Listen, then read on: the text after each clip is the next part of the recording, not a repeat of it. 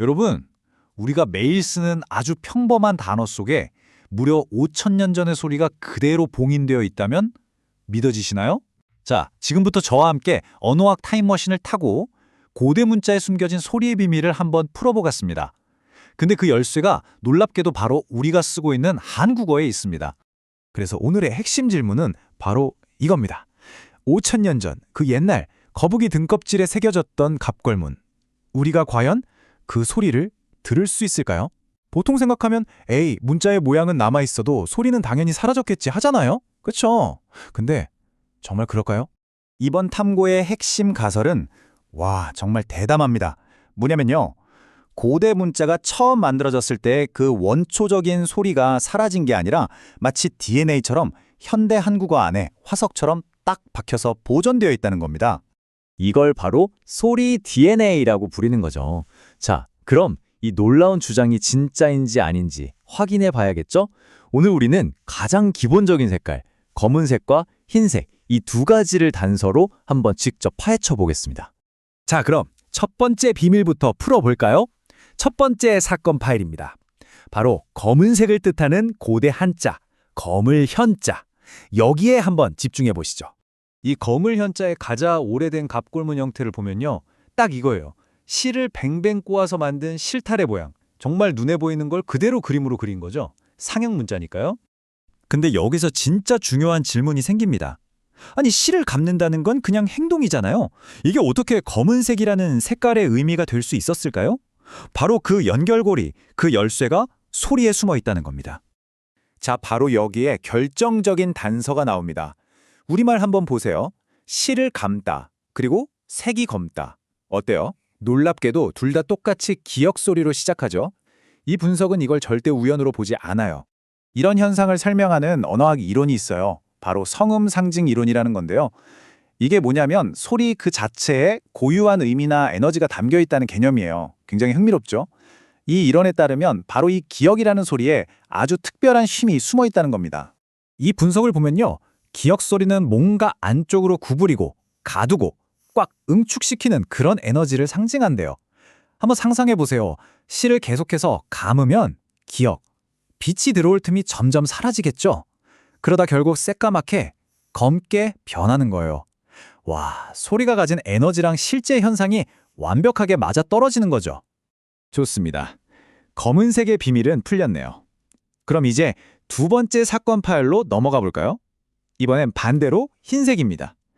휠소라는 글자에 똑같은 방식을 적용해 볼 거예요. 이 휠소라는 글자는요, 원래는 누에고치에서 막 뽑아낸 그 순수한 실 있죠? 아무런 가공도 하지 않은 그야말로 본디 상태를 뜻하는 말이었어요. 그러니까 인공적으로 염색하기 전 자연 그대로의 그 하얀색을 의미했던 거죠. 그리고 여기서도 검은색에서 봤던 것과 똑같은 구조적인 비밀이 발견됩니다. 우리말을 다시 볼까요? 세상 모든 빛의 근원인 해, 그리고 그 빛이 가득한 상태를 말하는 희다. 자, 이것도 나란히 허소리로 시작하죠? 자, 이 분석에 따르면 호소리는 아까 봤던 기역 소리랑은 정반대예요. 기역이 안으로 꽉 뭉치는 에너지였다면 호는 밖으로 활짝 퍼져나가는 그런 확장 에너지를 가진다는 거죠. 그러니까 희다라는 건 그냥 하얀색이 아니라 태양, 해의 빛이 사방으로 가득 퍼져나간 상태를 소리로 표현한 거다라는 주장인 겁니다. 자, 그럼 이런 궁금증이 생기죠. 이렇게 행동과 소리, 그리고 색깔이 직접적으로 연결되는 고리가 혹시 다른 나라 말에도 있을까요? 예를 들면 중국어나 일본어요. 이 분석은 바로 그 비교를 통해서 훨씬 더 깊은 결론으로 우리를 이끌어갑니다. 자, 이 표를 한번 보세요. 이게 이 분석의 하이라이트라고 할 수 있습니다. 맨 위에 한국어를 보면 감다의 기역이 검다로, 해의 히읗이 희다로 이어지는 소리의 연결고리가 아주 선명하게 살아있죠. 자, 그런데 그 아래 중국어와 일본어를 한번 보세요. 검은색을 뜻하는 말이 각각 쉔, 쿠로고요. 흰색은 슈, 시로예요. 원래의 소리랑은 아무 상관이 없죠. 완전히 그 논리가 단절되어 버린 겁니다. 그러니까 정리하자면 이런 겁니다. 중국어에는 글자 모양은 남아있고 일본어에는 소리의 조각 정도는 남아있을지 몰라요. 하지만 가장 중요한 거, 실을 감아서 검다, 해처럼 밝아서 휘다 라고 하는 그 원초적인 소리의 논리, 그게 완전히 끊어져 버렸다는 거죠. 이 분석에 따르면 오직 한국어만이 그 5,000년 전의 다리를 온전히 간직하고 있는 셈입니다. 자, 이제 이 모든 분석을 종합한 정말 대담한 최종 결론에 다다랐습니다.